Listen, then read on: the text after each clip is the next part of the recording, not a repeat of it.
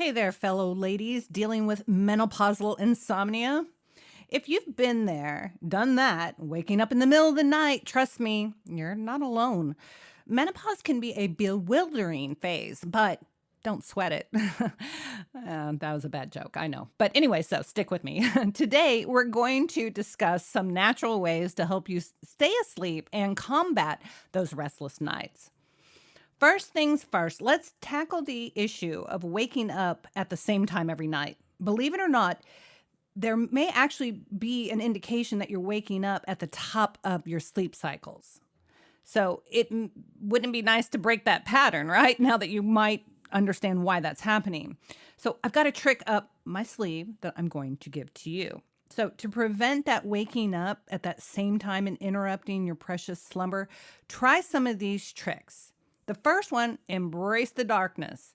Put up some, what do you call them, blackout curtains. Get your, windows completely blacked out. Try using a sleep mask to cover your eyes and look for one that it's shaped where it's kind of like embossed over your eyes. It's kind of cupped so it sits up. It doesn't like mess up your eyelashes. Try to find one that's not flat. So that way it doesn't mess up your eyelashes because a lot of them are flat. But if you shop around, you can find one that kind of is sits up to where, yeah, it just doesn't mess up your eyelashes. Anyway, so that's the first thing you need to do is really make it dark. The next thing is keep it really cool. Try to keep your room down to 70 degrees if you can afford that on your thermostat. Keep a fan going if you can. Ceiling fan is great, but if you don't have one of those, using, a box fan, possibly up on your, sitting up in your dresser so that way you have a nice cool flow of air coming across you. Another thing too is no blankets, no heavy comforters. Opt for natural fibers, cotton. Look for woven blankets that have that kind of loose weave and try using maybe one or two of those instead of sheets because they will let the heat dissipate while keeping you covered up so that way you psychologically feel like you have covers on you. So do all those things, anything you can to keep it cool. The next thing is try to create a tech-free zone. Try to say goodbye to your electronics at least an hour before bed because the blue light emitted from the screens, it can interfere with your body's natural sleep-wake cycle. So instead, try to unwind with a calming activity like a book or listening to relaxing music. Maybe if you're into it, do some knitting or some some coloring, maybe, some coloring pencils or something like that, some adult coloring books. That could be another idea to help you unwind. And also try to keep your electronics away from your bed, like your phone. Try to plug it in somewhere where you can't just reach over and get to it to break that cycle of looking at it when you wake up in the middle of the night. And also, too, if you have alarm clocks or if you have any electronics that have indicator lights, try to do your best to either cover those or point them away because even though they're little bitty, that's all it takes is your eye to crack open, see that light, and then you're fully awake. So all those things can help to at least reduce the amount of things that could distract you while you're starting to wake up and bring you fully awake. You want to try to keep that away. So where you just have no extra, input, nothing. No sensory input, let's say that. So the next thing we want to do is establish a routine. Develop a soothing bedtime routine to signal to your body that it's time to wind down. So that could be a warm bath, but for a lot of us, that's not always going to be the best thing because of hot flashes. So that depends on you whether or not you have hot flashes easy. If you do, don't do the warm bath. But if you're not the type who has hot flashes, then do one. So, especially with some, with a bath bomb that, can always be nice, some nice scents, some lavender, some gentle stretching can be another thing you can do. Practicing some calming breathing exercises, just doing some slight meditation before bed, just to signal to your body that it's time. And go to bed at the same time. Every night, even on the weekends, we're old enough that we don't need to be out partying every night. So, even if it's the weekend, try to go to bed at the same time. Try to Get up at the same time too. Try to avoid doing a lot of that sleeping in on the weekends because it can throw you off. So, of course, every once in a while, if you happen to stay out late, you can do this, but don't make it a habit. Do your best to not make it a habit. So, another thing you can look at is herbal remedies.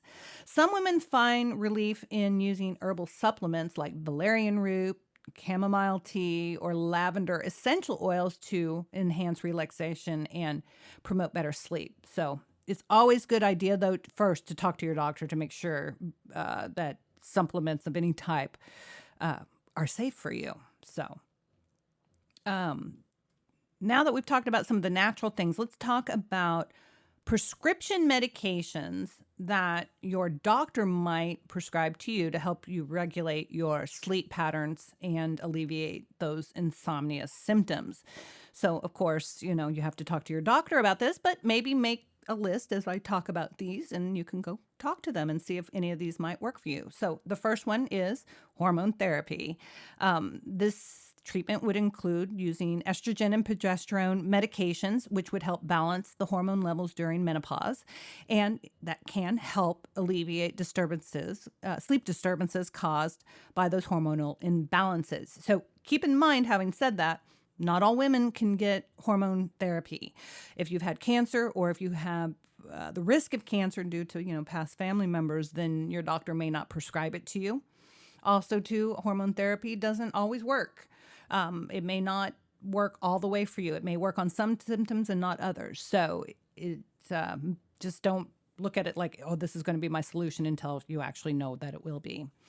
The next thing is SERMs, or selective estrogen receptor modulators. Medications like SERMs have been shown to reduce hot flashes and improve sleep quality in menopausal women. So talk to your doctor about that.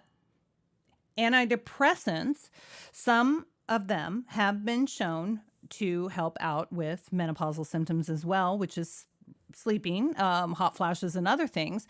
So these are SSRIs, also called serotonin reuptake inhibitors, and they can be prescribed for this. So talk to your doctor. But again, like I said, they don't always help for everything.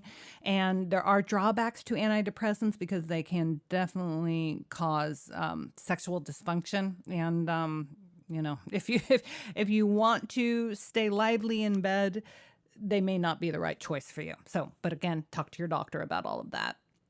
So sedatives or hypnotics. Some doctors will prescribe what are called sedatives or hypnotics for sleep disturbances, especially when they significantly affect your quality of sleep.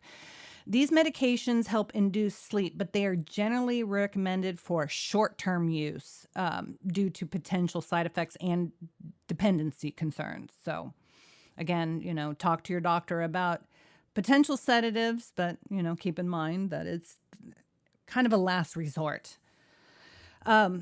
Melatonin and herbal supplements. Melatonin, a hormone that helps regulate sleep-wake cycles, may be recommended to improve your sleep quality. Additionally, some women find relief from sleep disturbances through the use of herbal supplements like valerian root and black cohosh, which are over-the-counter things. But talk to your doctor. Perhaps there are supplements that are prescription-based that are made from these or made from something similar to these that could work better for you.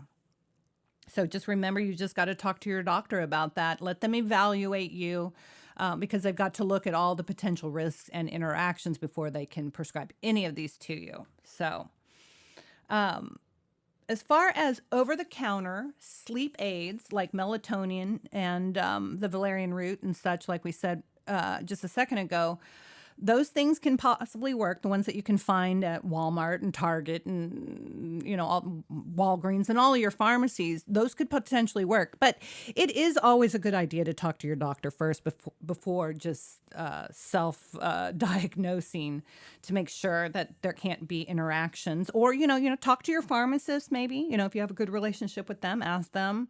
That's their job, is to be able to see if there are any interactions with your current medication, but also too It's still a good idea to go to your doctor because your pharmacist only knows about interactions with the medications you're taking. They don't know about everything what to do with your health. So in conclusion, the journey through menopausal insomnia can be very challenging, but there's hope. By incorporating these natural sleep promoting strategies and potentially exploring medical options, you can find a balance that works for you.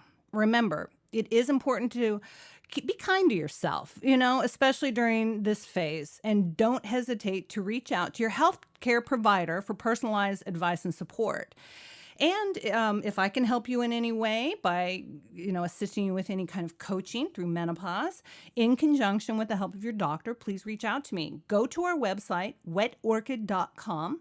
You can explore some of our products, they help with vaginal moisture and dryness, which of course this video is not about that, but you never know. You might need that help. I also provide menopause coaching, and that is in conjunction with what your doctor prescribes. So I am not a medical professional, but I went through menopause myself, and I have done a lot to rejuvenate a lot of my symptoms, and I can help you make a plan to do weekly, daily activities. I can hold you accountable to all of those and make sure that you do everything that is necessary to find relief for your menopausal symptoms. So that being said, thank you for watching.